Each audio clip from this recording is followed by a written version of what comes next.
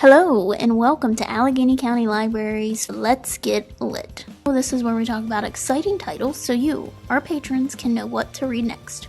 We will be talking about hot new titles to the library and also still burning titles, which may be older but are ones we have loved.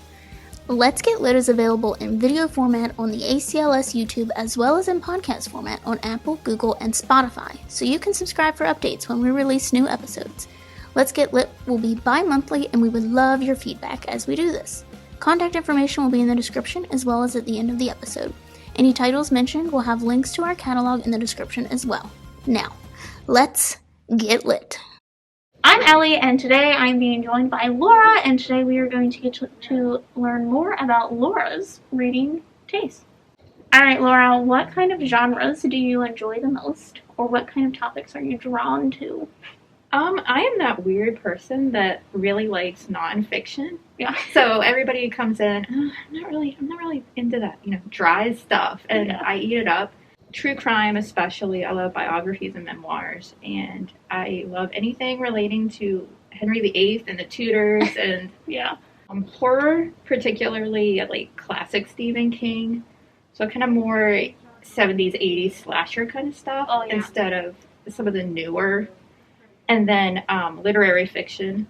Mm-hmm. So that tends to be my go-to. And usually that's a big patron recommendation. So authors like Elizabeth Strout and June Lahiri. I'd say true crime's a pretty good one, though, if you can get someone into that. Is there anything you look for when deciding what to read next, or is it more of like a mood that you're in? Usually it's a mood. I do go to Goodreads reviews a lot, and I'll see like if it's above 4 stars or not.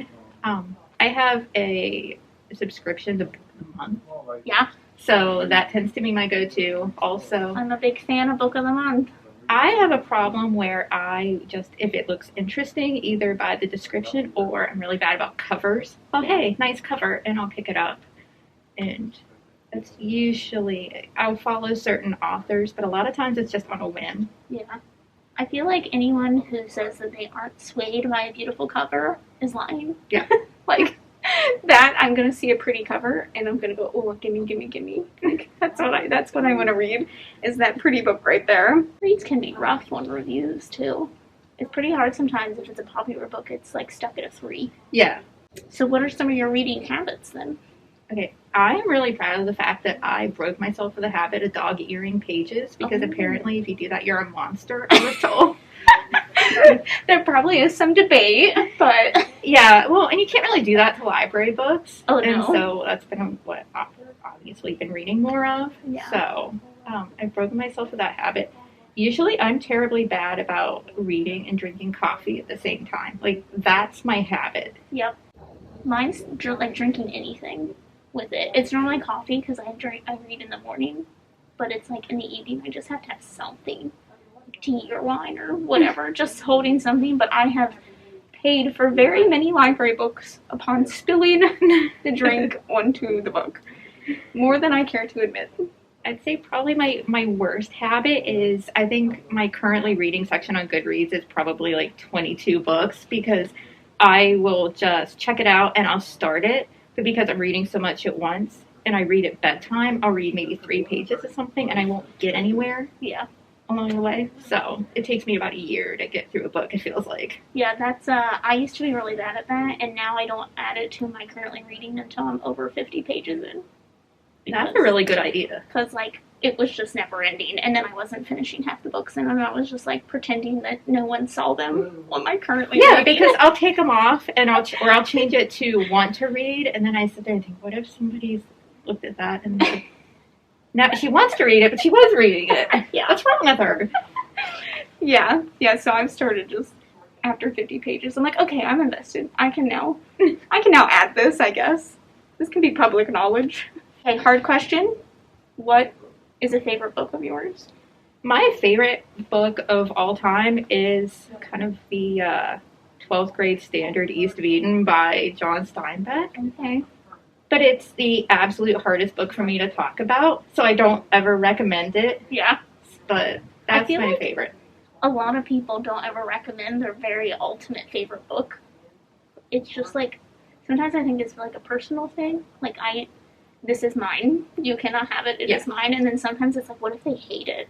And then that's like a personal attack on me. Well, and when it's a classic too, usually somebody has a really bad experience with it, or a particular teacher or class, and then you feel bad. Oh, I hated that. Yeah. I had to read that in college, and it was terrible. And then you feel bad because it's so important to you. Yeah. And it sometimes feels personal. Yeah. Sometimes, yeah.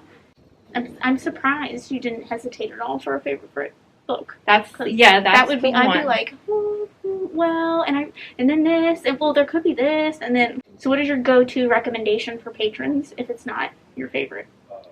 My go-tos aren't necessarily favorites, but they're the ones that I think like more people would like than others. So for nonfiction lately, it's been Radium Girls by Kate Moore. That seems to be the one that is universally liked in nonfiction. It is one of those books that for me, like, it takes a lot to scare me as the person who loves horror movies and things like that. But there's something about the real life terror and the things that the girls went through.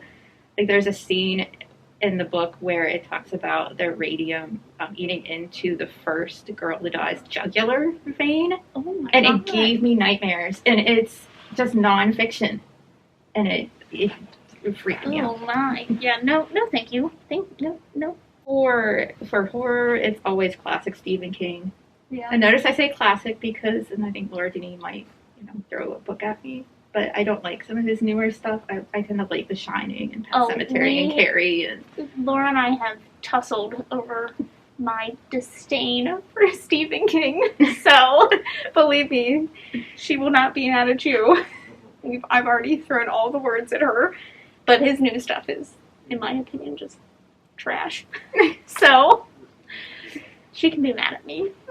Sorry. I mean, I'm not, but... Well, I do think that, because I am trying to find, like, the type of horror that I like, and I tested out some of the, like, 80s horror, and there is very much this, like, specific feel to it. There is a style of writing to it that does make it stand out from new horror very much. So. I am not a big fan of jump scares or creatures or some of the more, like, fantastical stuff. Like, I want slashers and I want atmosphere and occasionally gothic. That creepy feeling that maybe there is somebody in the house, like, lurking. It's very slow build up, I feel like, in 80s. It's very slow. It's not that immediate, like, coming for blood right off the bat all the time.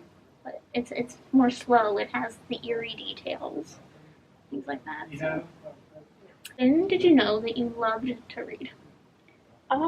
Reading makes you feel, like, conceited to say it, like, always came easy for me. Yeah.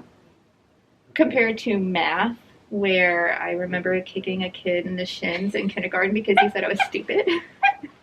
Reading has always been my thing, and I think for me, realizing, or maybe it was for my parents, realizing that whenever I would go somewhere, if I didn't have a book or there wasn't something handy to read, I would start reading labels and boxes, or I'd ask somebody for their phone book, and I'd just sit there and look at the listings.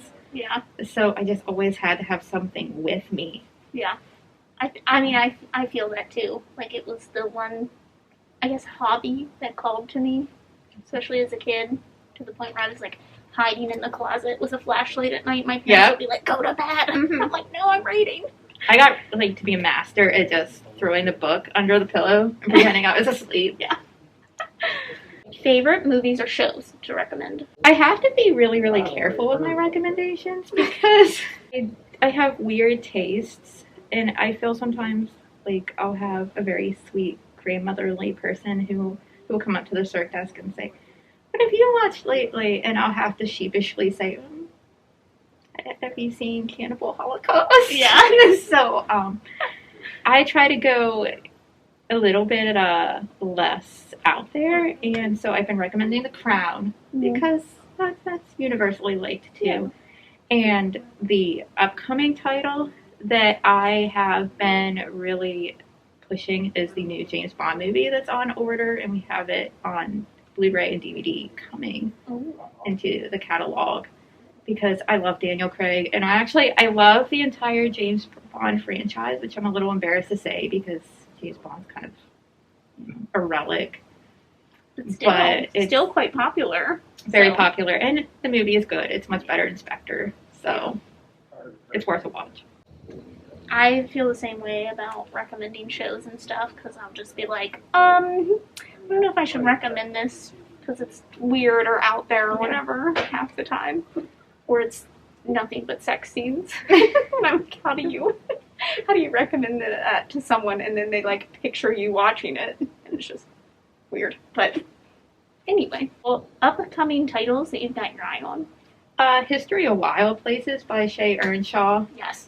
Anything with missing people and cults and strange circumstances, like, I will eat that up. Yes. And so I shouldn't say this as somebody who works in the library, but I just bought it, and so I'm anxious to pick it up. Was it your book of the month pick? Okay, yeah. Yeah. Yes, I got it in book of the month. I was like, absolutely. It sounds like The Village. Yeah. Like the premise of it is very similar, but yeah, that one, I've had my eye on that one. Any other books that you've read lately that stand out? I have been reading, and I'm actually making better progress. I will read a chapter at a time instead of 2 pages. Yours Cruelly, Elvira. Oh. By, Elvira, a.k.a. Cassandra Peterson. Mm-hmm. And I'm normally not a big fan of celebrity biographies and memoirs, even though memoirs are something that I really like. But her stories are so juicy and so engaging, and she injects them with she's so funny. Yeah.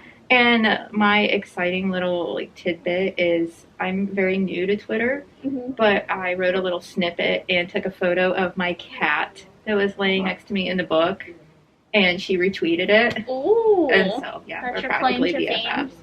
fame. I'm gonna have to get bracelets made and everything. Yeah. That's not creepy at all. I've been seeing a lot of people talking about her more, and I didn't realize that she had a book, so that might be why. And she has quite the life. Yeah. She's known everybody. And, yeah, I had no idea. Those are the best stories. Mm-hmm. If you're gonna read a celebrity memoir, it needs to be the ones with the juiciest lives. So, well, that was it for the questions that you knew about. Oh, yeah. But I have a flash round of questions. These are just really short. Yeah, they're going to be a lot of ums, and because part of the problem is, as a mom of 3, it is easier for me to talk about titles that I haven't read than the things that I have read, which sounds really weird, but...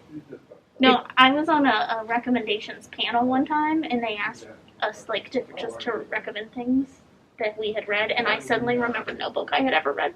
I'm like, apparently I've read nothing ever. Like, I know nothing. It's harder. It really is. Yeah.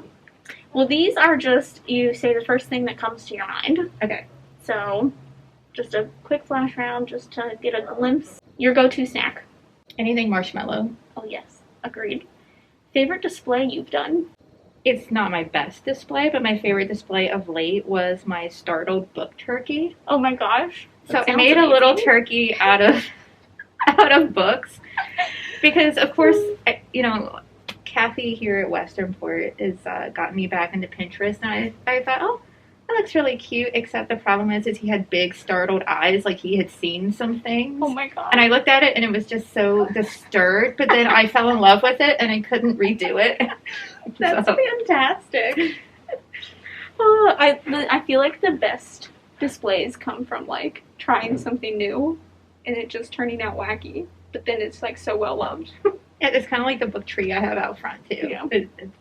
That's the thing that people comment on. All right, coworker who gives the best recommendations. I would probably say you, just because I'm trying to push myself out of my kind of reading comfort zone. I'm not very good at expanding the genres, and because I am trying to read more fantasy and more graphic novels, I tend to look and see what you're recommending. You need to read something different. Yeah. Well, thank you. Your favorite author? Oh, now that's harder for me. Favorite book is easy. Favorite author is... Well, authors, they can have a multitude of things, and some can be really good, and some can be really bad. Is it terribly inappropriate to say Cocaine Habit, Stephen King? No, I think that is also Laura's favorite author. Yeah. Okay, favorite actor or actress? Favorite actor is probably still Daniel Craig. Yeah. I figured. Yeah. Figured that one. The last book that you read? Last book I read was The Last House on Needless Street by Katrina Ward. Oh, was it good? It was good. It took me a little while to get into it, and I wasn't sure that I was going to like it because it was very different. But by the end, it was a page turner, and I got through it in, I think, a month and a half, which is really good for me. Yeah. I've seen good things about it, so. All right, and place that you want to travel to? Ireland. Ireland? No hesitation on No that one at hesitation. all. And that was it. That's all I had. So, well, thank you for being on Let's Get Lit. Thank you for having me. Hopefully we'll do some more episodes in the future. Okay, so thanks. Bye. Thank you for joining us for Let's Get Lit. Don't forget to subscribe so you don't miss out on future episodes. If you have any questions, suggestions, or want recommendations, please contact us either in the comments section, by giving us a call, or by emailing us at letsgetlit@AlleghenyCountyLibrary.info.